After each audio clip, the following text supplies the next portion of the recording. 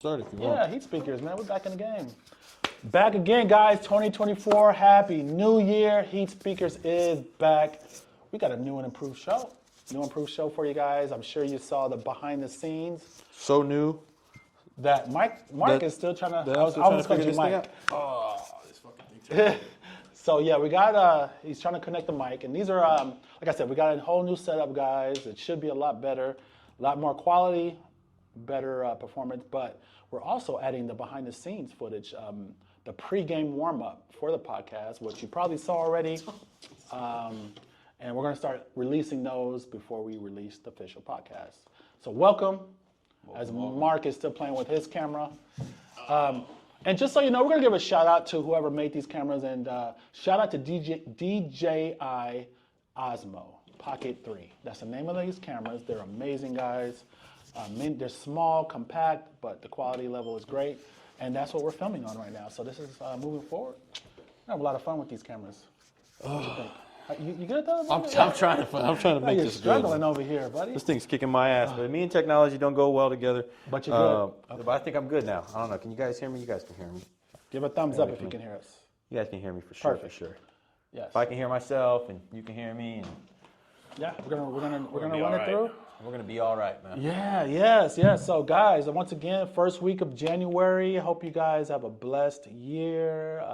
If you're setting goals, if you're setting resolutions, just stick to them. That's all. That's the only thing holding you back from your goals in life and what you really want to accomplish is follow through and consistency and doing what you're gonna say, what you say, and saying what you do, and sticking to the plan, sticking to whatever goal you want. You'll get there. So, how's your New Year? It started off great. The reason for that is business is looking good. Okay. First Had and some foremost, family plans. That's what I was gonna ask. Family. How's family? We had some family plans that carried me into the New Year's. Okay. It was just me and my daughter the weekend of New Year's. So I had New Year's Eve. Okay. With just my daughter, and then Awesome. my son and the kid's mom came back on Monday. So then on New Year's Day, it was me and my son. So yeah, we did a couple different things. Me and my daughter, we had some fun here around town. Me and my son went to a Sacramento Kings game, his first game. We sat at some phenomenal seats. Really? Yeah, super close. Were you box seats? Were you like right there, buddy? Like right in front? We were pretty damn close, man. Pretty close. We had a notice on our seat that said, "Be careful what you say. You're close enough. The mics can pick you up. You can't get banned." No way. Yeah. So I actually you kept must have had a those. good year, bro, to spend some money for those tickets. You know what? man. Rates can be 18, or 1.8. I don't care. When you grind hard, you stay consistent. That's it. Success is there.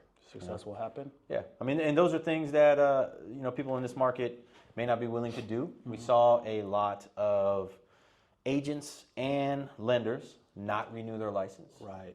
So the overall, loan officers or agents still in the business has decreased from year to year because of how tough the market was. So. Yeah, it was challenging. It was Definitely was. Actually, to be honest, the whole 3 years from the pandemic to 20, it was all pretty challenging. I mean, 2020 when the market first opened up and went crazy, 21, and the first half of 22 it got crazy. But even though everybody was buying, it was still challenging for agents because it was just a different type of challenge. It was a challenge to get your client's offer accepted. So that was the hard part during then. Is like you're making all these offers, you're showing all these houses, and sometimes you just couldn't get anything, deals done. So. But again, it's always challenges. It's about just knowing what challenges there are and working through them. And I think it's the mindset of how you go through them. Understand that it's challenging, but what can you learn? You're going to learn so much through that.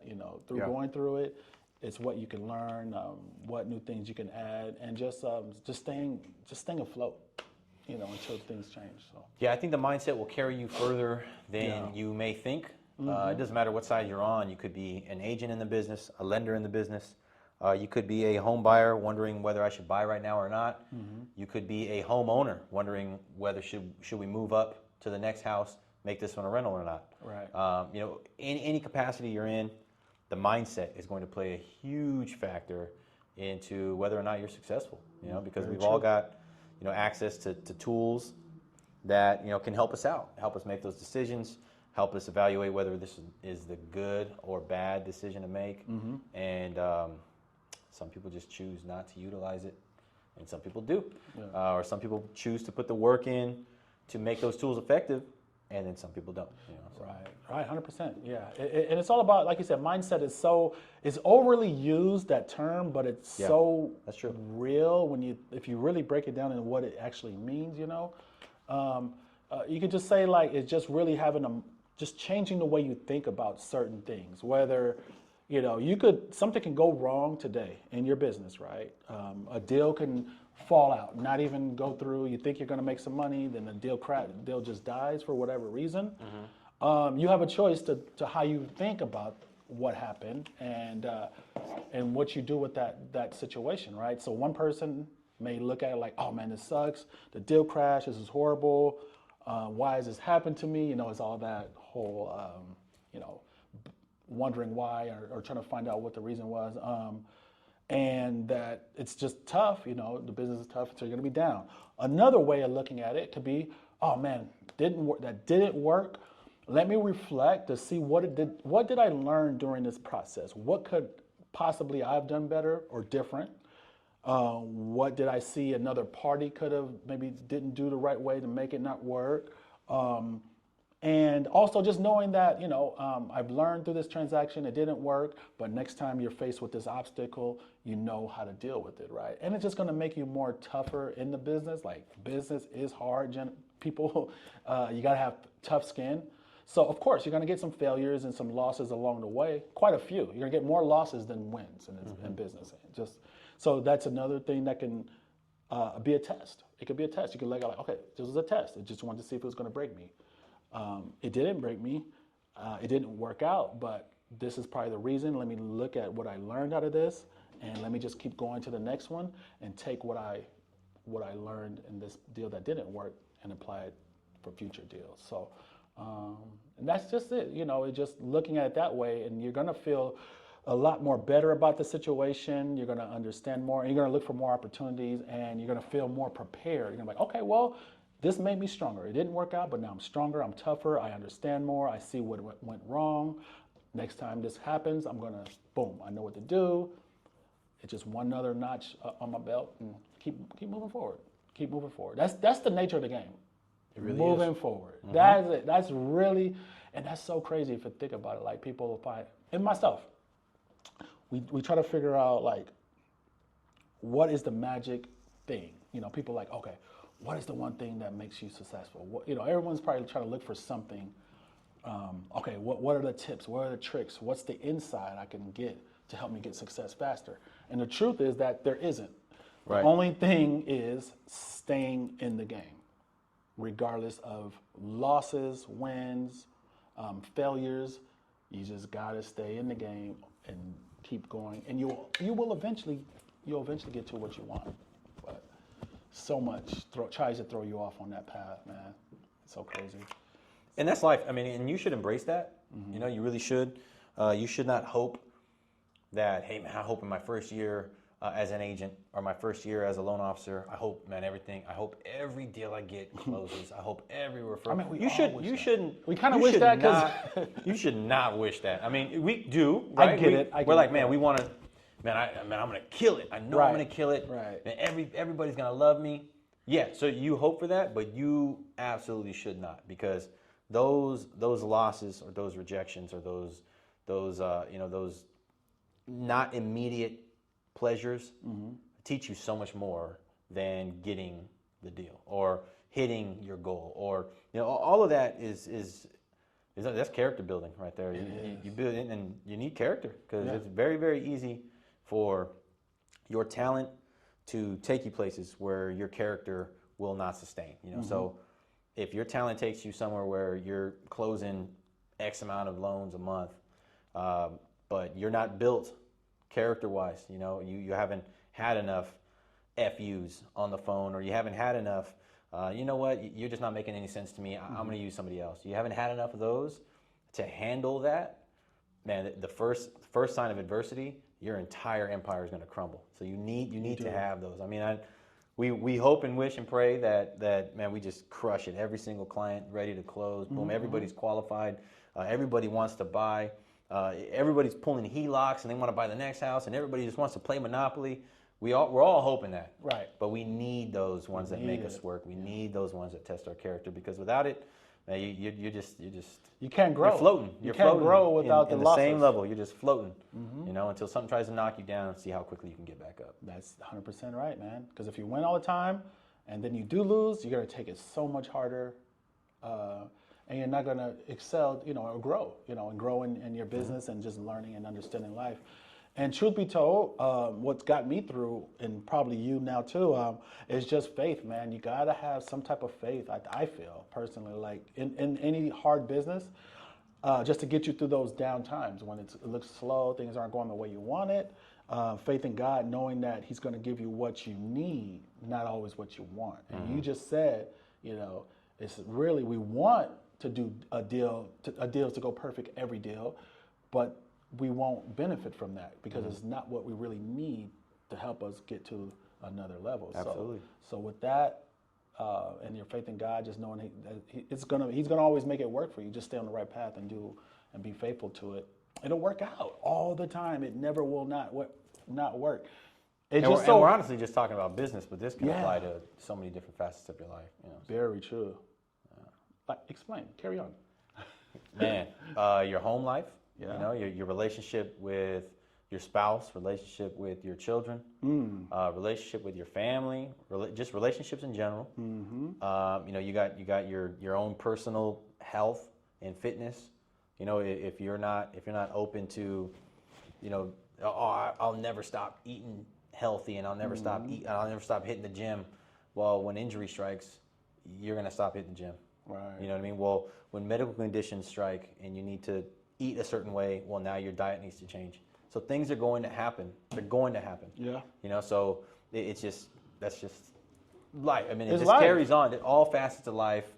You need to be ready. You need to be ready for these road bumps. You need to be ready for these road blocks. Sometimes, I mean, the strongest of people will always, say nothing's going to stop me. It's going to take more work. But sometimes there are roadblocks, and you need to figure out another way around that. 100%, man. 100%. What keeps you kind of in the game? Like, when things don't go right, is it just you just understand that this is something I just need to? Is there a reason for this, and what can I get out of it? Is that kind of how you approach it as well? Yeah, everything is I'm either winning or I'm learning. I love that. That's the mentality. Either you gotta winning have. or you're learning. You're either winning or you're learning. When you say I lost or somebody is better than me, which may be true, but instead of somebody whooped my ass in this, that, or the other, somebody taught me that there's a better way to do this. Is really what happened. I learned firsthand. Sure, on the losing end, but I learned firsthand that there's a better way to do this. So, I mean, take note of that. Right. Take note of that. Improve your game. Improve yourself. Personal development is huge. Doesn't matter what you're doing in business, family, fitness, health, everything. Relationships, everything across the board. Personal development is huge. It's really a lifestyle. Personal development never ends. For those that want to stay on top of their game and just reach successes, you got to stay reading or watching things that are going to really inspire you and teach you about yourself and how to think about just life and how to navigate life and business in general. And a consistent routine helps. Consistent routine, regardless of what yesterday was like at your job, regardless of what today looks like, regardless of whether you had 0 things that went astray, or whether you had 0 things that went according to plan. Routine, consistent routine helps a lot with staying in the game. That's it. And routine creates great habits. You want to create the good, positive habits. So doing the same thing positive things over a long period of time, it'll be second nature. It'll just be normal. And just try to create more great habits that to help you win. And back to what you're saying, losses. Yeah, you're going to take way more losses, but all the losses between you and your goals is battles. These are short battles you're losing, and you're going to lose a lot, but you just stay on the path, because the idea is to win the war, like they say. You want to win the war, which you will. You can't let the little battles throw you off path or just, or cause you to want to quit. Once you quit, the game's over. Yeah. Yeah. So, hey, I guess good way to start 24 off, man. Yeah, definitely. How's the market? I know a lot of people have been asking, man, or anticipating what's happening with rates this year. We had a crazy year last year, the end of the year. Yeah. Man, you know what? rates. So, to transition here to real estate and carry that over. Yeah. There's a lot of buyers who I really hoped that, kind of like what we were just talking about as far as mindset and staying consistent.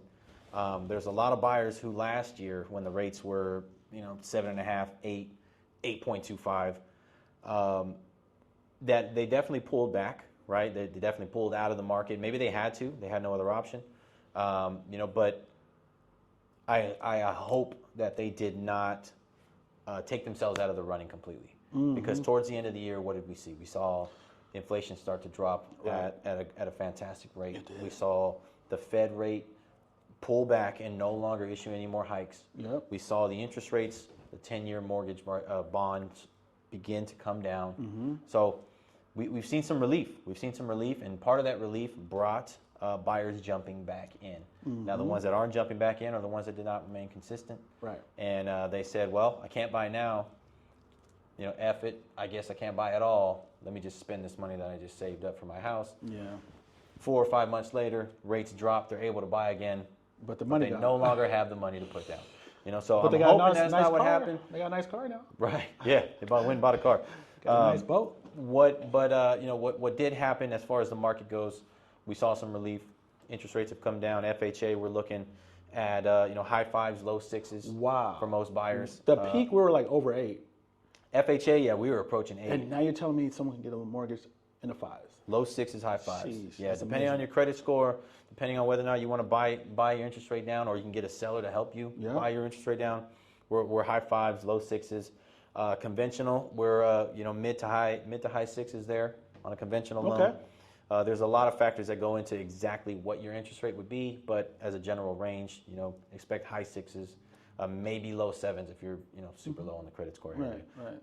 But yeah, that's a lot different than what we had 2 to 3 months ago. Man. And that drop in interest rate obviously lowers your mortgage payment. If it lowers your mortgage payment, it decreases your debt to income ratio. If it decreases your debt to income ratio, it increases your max purchase power. So that's how that all trickles into effect. And when we see lower interest rates, we see people able to afford more. Yep.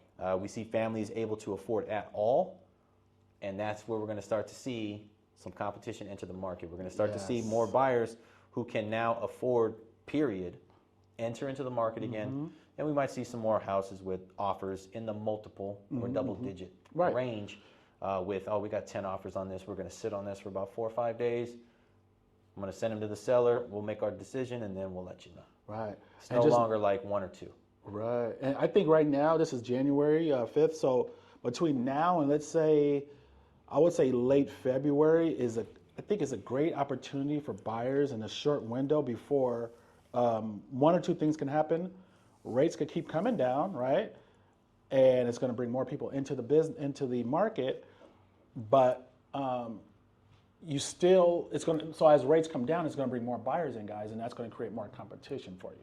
So like I was going to say, between now and like early February, where maybe the word is not just as much as out there, there's not a whole bunch of crazy buyers yet, but as we get to the spring season and if rates are still low, we're going to see a ton of more buyers flood the market. So really the opportunity is now between now and late February before the wave of buyers hit the market and wake up and realize that rates are lower now. They're going to all get pre-approved. So if you're a buyer right now and you are pre-qualified or you're thinking about it, I would say start ASAP just to get a head start and to get into the market now, because you could probably get a great deal with maybe a 5% rate and get closing costs from the seller to make it even sweeter for you.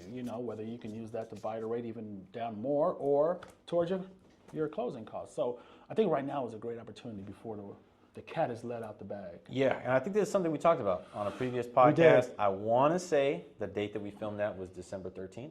Wow, you got a great memory. I want to say, you can go, if you're following us on YouTube, go look at that December 13th one.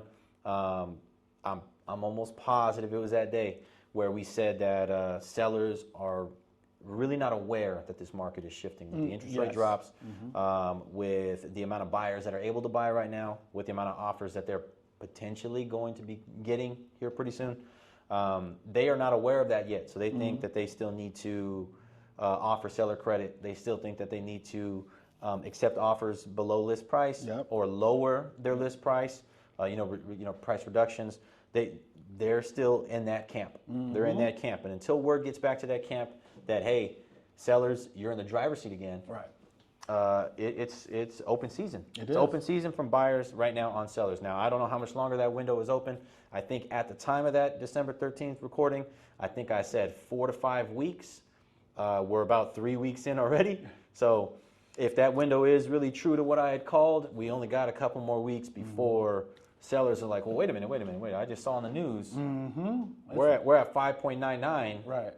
What's this guy talking about? I need to pay for his rate buy down. I'm not going to do it. 5.99 is way better than that 8 we were talking about.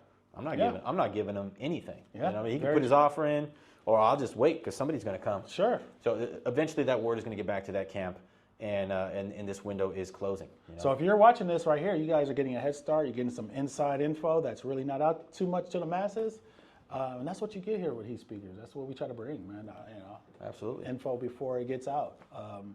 Any other? And you still have that product before we go on, that program for buyers if they qualify with a down payment. That will cover their down payment. Correct, yeah. It's an FHA loan. It's an FHA loan product with a down payment assistance grant. Talk about the positives and the negatives of that program. So positives are this grant is a 100% grant, meaning that you will not have anything to pay back. It is not borrowed money. Nice. It's completely forgiven. Free money. The day after you close. Right. Wow. As long as you qualify for it.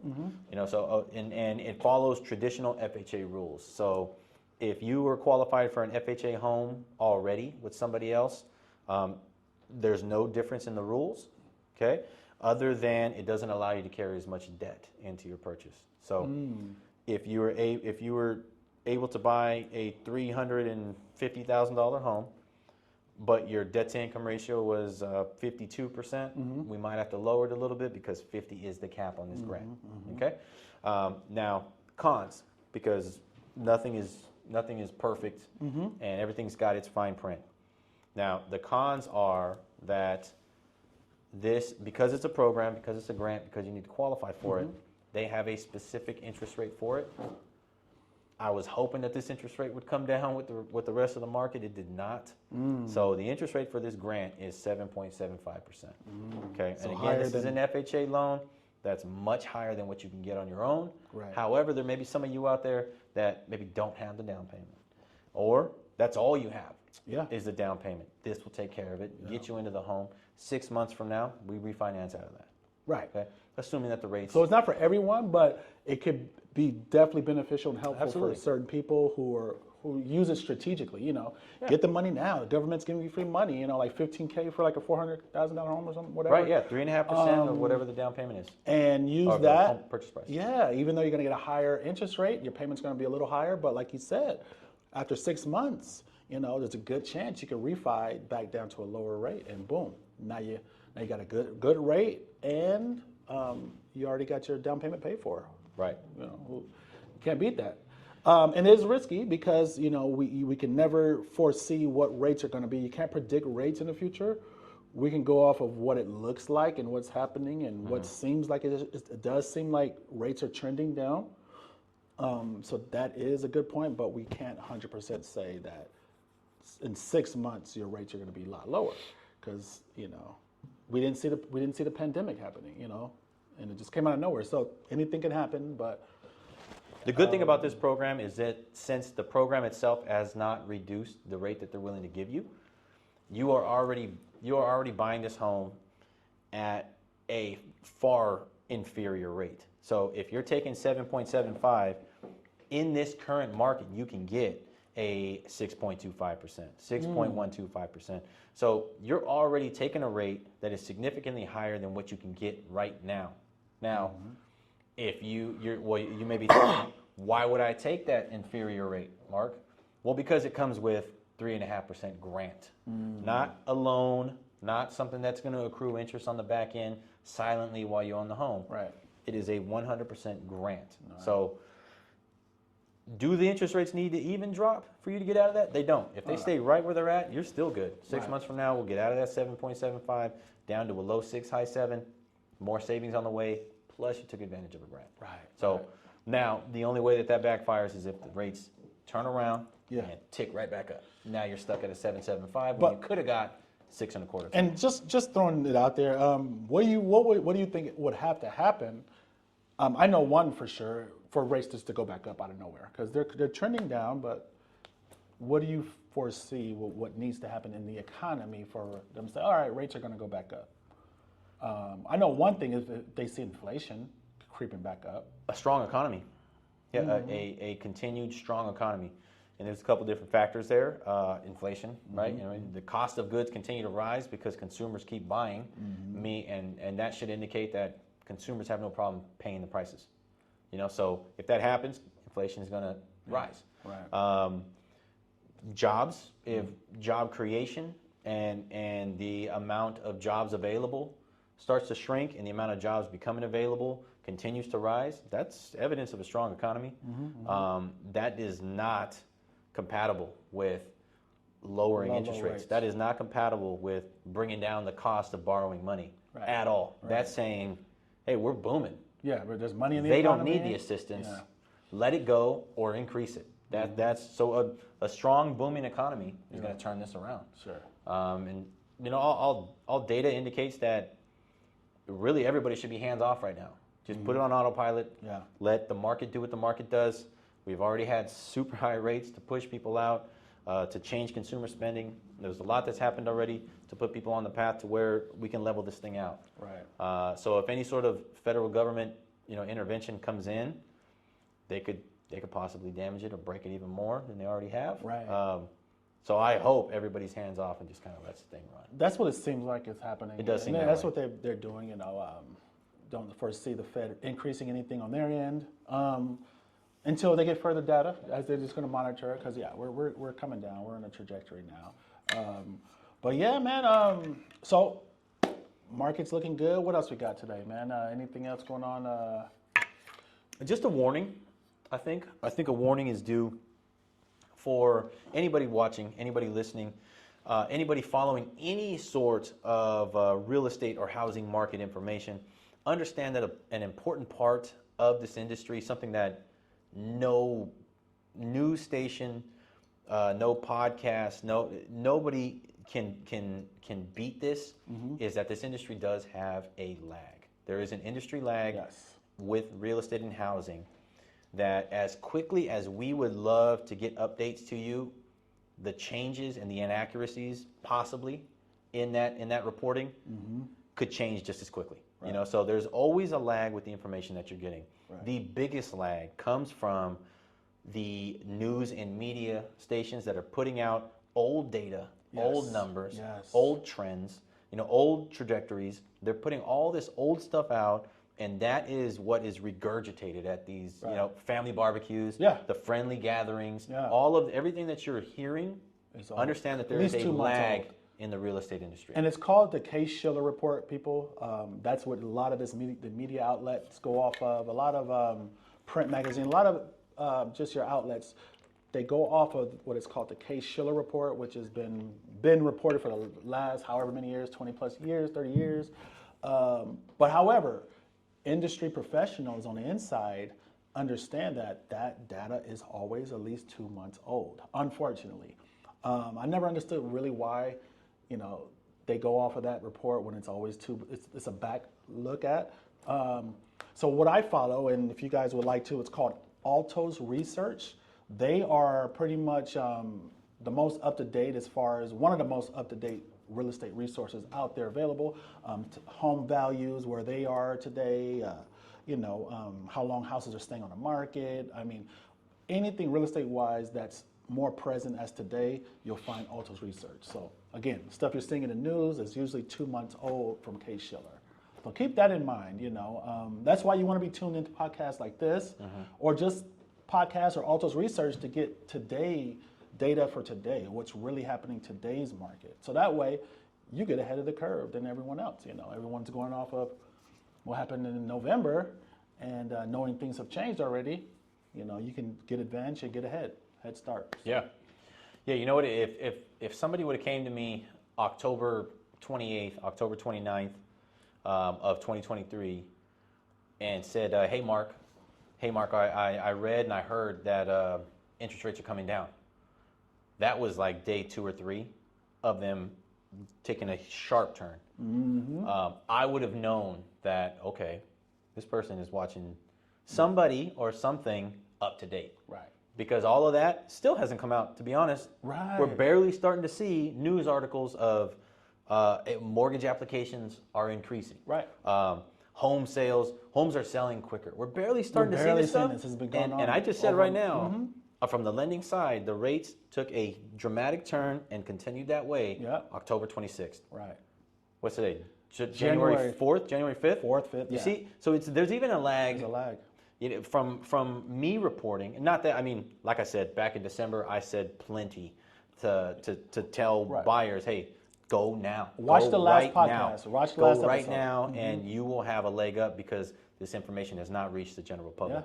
But it's out. It's just not reported in that time frame. Yeah. So you're barely starting to see these things now, and I'm telling you right now, ask any lender, these rates shifted end of October. Yep. And we're barely seeing pickup now. So when you are tied in with your real estate agent, when you're tied in with your loan officer, you're going to get these updates as long as they're worth it. You're going to get these updates, and you're going to have a leg up on the competition. But it all starts with getting ready and staying ready. If you're not going to do those two things, then who cares what the data says? But if you're going to get ready to buy a home, reach out to the professionals so that you can get yourself ready.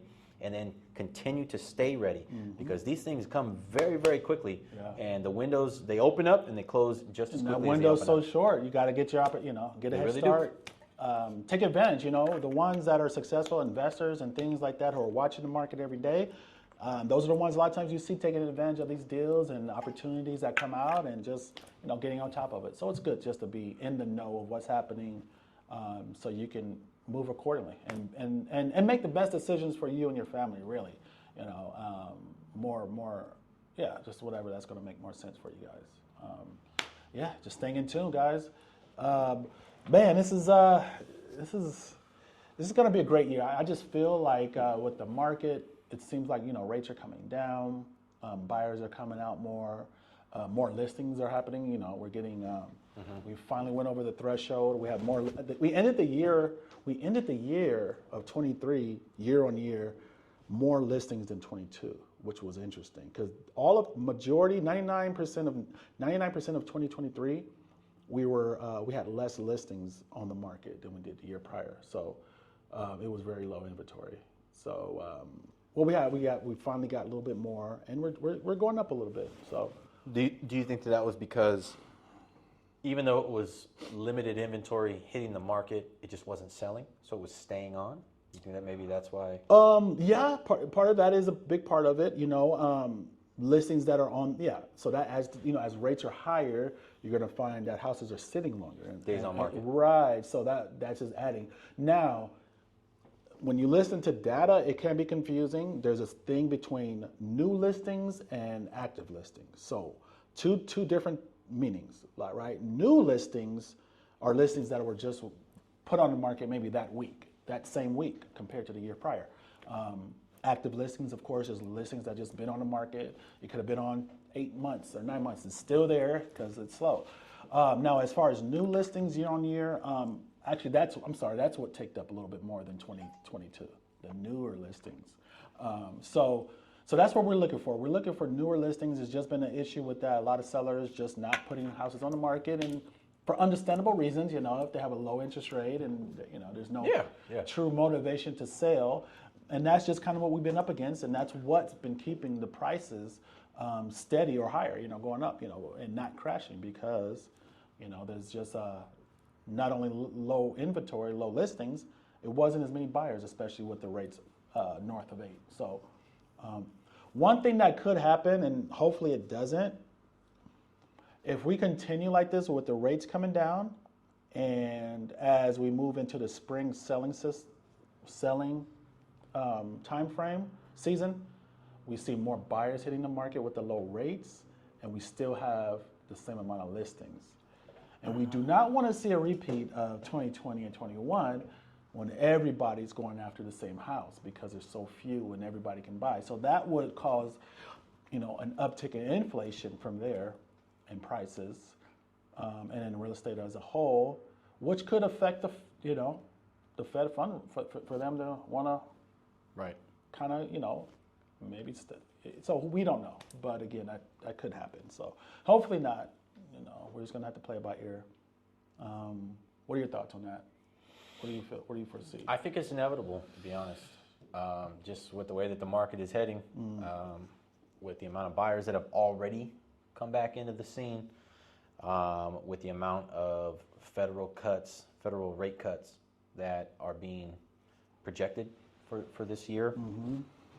I've seen as much as 9. I have, yeah. So somebody was predicting nine rate cuts, which is almost once per month. Yeah. I do think it's inevitable to end up in a situation where buyers become unlocked. They hit the market. Inventory doesn't pick up at a pace to keep up. Right. And we run into an issue where we have multiple bids on a single home, where the value or the sale price of that home is going to fluctuate up very quickly. Yeah, it can. Yeah.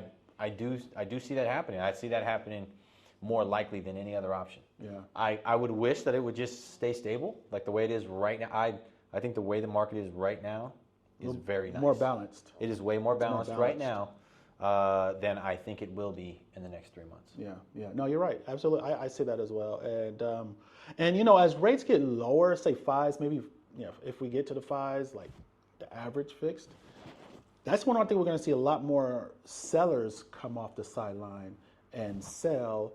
But that could be like just they're selling. It's going to be more new listings for sure. It's going to increase the amount of new listings to the market. However, it's kind of like they're going to sell one and they're going to buy one for the most, Right. So It's like it's a wash. It's like a net. It's nothing, really more gain besides the new listings are going to be higher. Right. But a lot of those are going to just be in the hunt for houses, and they're going to have the advantage for the most part. Just like in 2020 and 21, the sellers who had a house to sell and bought usually had a more of an advantage to the other buyers because they're selling a house, and they're going to have a lot more cash. Or if they've already just sold it and now they're sitting on a ton of cash, right? They can offer higher. They can offer cash on top of the appraised value. I mean, it's so much. Put more. It just looks better as an offer. But so it's going to be interesting. We just got to wait and see what happens. But I love it. It's all a great. No matter what the market does, we're just going to stay diligent, bring you information every day because we're on top of it every day, and bring you information every time we do the podcast, obviously, and our reels, and keep this going, guys. So yeah, good year for real estate. Yeah. You got some goals? You buying anything this year in investments? Are you doing anything crazy? Yeah, always, every year. Yeah, that's the plan. The plan is to never stop buying. Never stop buying. Never stop buying is the plan, and I don't care if it's 8%. You factor that into your deal. If you're buying an investment property, you need to make sure that it's cash flowing, that the debt service is being covered, and that it's. What does that mean? You're saying debt service being covered. Just probably some people out there not sure exactly what that means. So the debt service, when you refer to the debt service on a property, we're talking about real estate as an asset. Okay, an asset is something that makes you money. So when we're talking about real estate as an asset and we're talking about the debt service, we're talking about everything that comes with owning that property, whether it's due monthly or annually, however you want to factor that, whatever metric you want to use. Monthly is easiest for me. So let's say that your mortgage payment is $2,000. You're paying a property management company, so that's going to eat $150 a month to pay them to manage that property. If you have property taxes or anything that you're paying outside of that rent, you want to factor that in as well. Any routine maintenance. So if this home is going to cost you $2,500 a month, but you're going to put a tenant in there, if that tenant is not paying $2,500 to cover that, the debt is not being serviced. Okay, so that is a property that is actually costing you money, even though you have somebody else in there. Some call them alligators. Right. Shout out to Michael Zuber, one rent at a time. One rent at a time calls those alligators. We don't want alligators. No. But if you have a property that is renting for $3,000 a month, doesn't have to be a single family home, and even if it is a single family home, if you're renting out room by room, it's very, very possible to get to that number. $3,000 a month and your total costs are $2,500. Your debt is being serviced on that property. Those are the types of properties you should be looking for. Doesn't matter whether it's 8% or not, because you're factoring in what that payment is going to be. So if your payment is going to be $2,500 with an 8%, who cares? Who cares what the rate is? Who cares that it's 8%? As long as you're getting paying you $3,000 and it's only costing you $2,500 a month to own it, that is what matters. It's a win. So when these rates drop and you refinance that property, you restructure the debt on that property, all you're doing is optimizing your cash flow by doing that. So who cares 8%, 9%, 2%, 3%? To be honest, right. If you're looking to pick up properties and you're looking to build your rental portfolio, the last thing you want is 2 and 3%. Sure. That's the last thing you want, because when you have that, competition is aplenty, and good deals are very, very hard to come by when borrowing the money to buy those deals is very cheap. Right. So as an investor, the last thing you want is 2, 3, and 4%. Right. 7 and 8s, I know plenty of people who picked up properties. They factored in what the cost of that service would be, and they made sure that this deal was going to cover the debt service. Right. And if it did not, I'm moving on to the next one. Right. Or I'm offering a price that makes sense to me. That makes sense, right. That's just the way that it goes. You know, when you remove all emotion from it. Now, again, this is a separate segment here. We're talking about investment property purchases. Two different here. hats, guys. Two very different hats. There's here. your primary home hat you're Right. wearing, where you're looking for the best rate, so you can be lower payments. You're going to live there for a long time with your family. It may be your first house. Your house, you want the lowest rate, the lowest payment. However, when you take that hat off and you put your investor hat on, you're now in an investment mindset. Now, what he's talking about makes sense. It doesn't matter what the rate is. The higher, probably the better. You remove the cash flow. Exactly. You remove that emotional factor, right. And you view it strictly as an investment property with finances in mind. Right. You know, so you're determining whether or not this asset is going to perform. Is what you're doing when it's an investment property. When you're purchasing a home to live in with you and your family, one is not worse or better than the other. Just everybody's different. Everybody's at different parts of their lives and what they're doing with their money. Nothing is better or worse than the other. Okay. Right. So if you're buying a single family home, obviously you're going to care what the kitchen looks like. You're going to care how big that backyard is if you're looking for a home for your family. What I was just talking about was strictly investment property purchases and debt service coverage and all of these terms that you may or may not be familiar with, but I guarantee you if you watch this channel long enough, you will become familiar with them, and you just may find yourself there. You may find yourself there. You buy your first home, you continue to listen to heat speakers because they helped you get into that first one. 2 or 3 years down the road, all of this is going to make sense again, because you're going to have a home that you bought for your family, had no thought of any investment property. You probably stopped listening at this point right now and said, look, I don't need to know all that, Mark. I just need to know what I need to buy a home and what the market's doing right now for my family. Right. 2 or 3 years from now, you're going to have equity in that home. 2 or 3 years from now, your principal balance is going to be paid down in that home. 2 or 3 years from now, that home is going to look like a fantastic rental based on the mortgage payment that you have versus what it could rent for. Okay? And at that point, you may say, we have outgrown this husband. We've outgrown this wife. We are having another kid. We need another room. Let's buy another one. What do we do with this current house? That's where you come back and listen to this segment right here, because now you're now entering that investor mindset. Now you're now entering, how do we cover my debt service on the previous property? What kind of things do we need to take into account on that previous property? So it's all one big game of monopoly, and everybody's starting in different starting points. As long as you keep moving forward, keep going around the board, okay, collecting your $200, at your W-2 job, collecting your $200 at your 1099, your business that you own, whatever it is, keep going around the board and picking up properties. Nobody that's ever won Monopoly went around the board and said, it's not the time to buy. Right. Not the time to buy. I'm going to hold off. I'm not going to buy it. The people that win at Monopoly are buying up every single thing they land on as soon as they can. That's what you should be doing. That's it. I love it. And just to go off of what you're saying, it's going to look like after a few years, they're going to look at their primary like a great rental and also a great bank. Great bank. So meaning, like we just talked yesterday about, you should have equity. It's a good chance you will have equity in that property. So you can even unlock some of the equity out your primary and use that for a down payment on your next home, and then keep your primary as a rental, or buy a rental. Use it to buy a rental and stay in your primary, and now you have a rental or whatever but there's options. The bottom line is you'll have options, and that's all it's about. Having options so that way you can make the best choices with some professional ideas or information, and guidance and insurance and do's and don't lists. Right. And there's so much that you can get from everybody in this field, whether they're a real estate attorney, financial advisor, a real estate agent, a mortgage lender. It doesn't matter. If they're in the field, they're going to have some information that could be very helpful to you when you're determining whether or not it's time to grow our portfolio and buy a second house. We know buying house number one was tough, but this is just like a snowball. If you keep going, you let the momentum build, it's going to get easier and easier and easier to buy property after property if you stay on track. That's it. Very true. Very true, man. Love it, man. Some good nuggets right there, guys. Take advantage of those. Absolutely. Anything else you wanted to kind of end it with, man? I'm trying to think of something. I think that's it, man. Yeah, that's all for the news. Nothing crazy going on in the world, I guess. Reach your goals, guys. Just make 2024 one heck of a year. It's a blessed year, man. It's going to be a spiritual year. Just remember I said that, spiritual. So keep that in mind and grow, man, and learn. Yes, sir.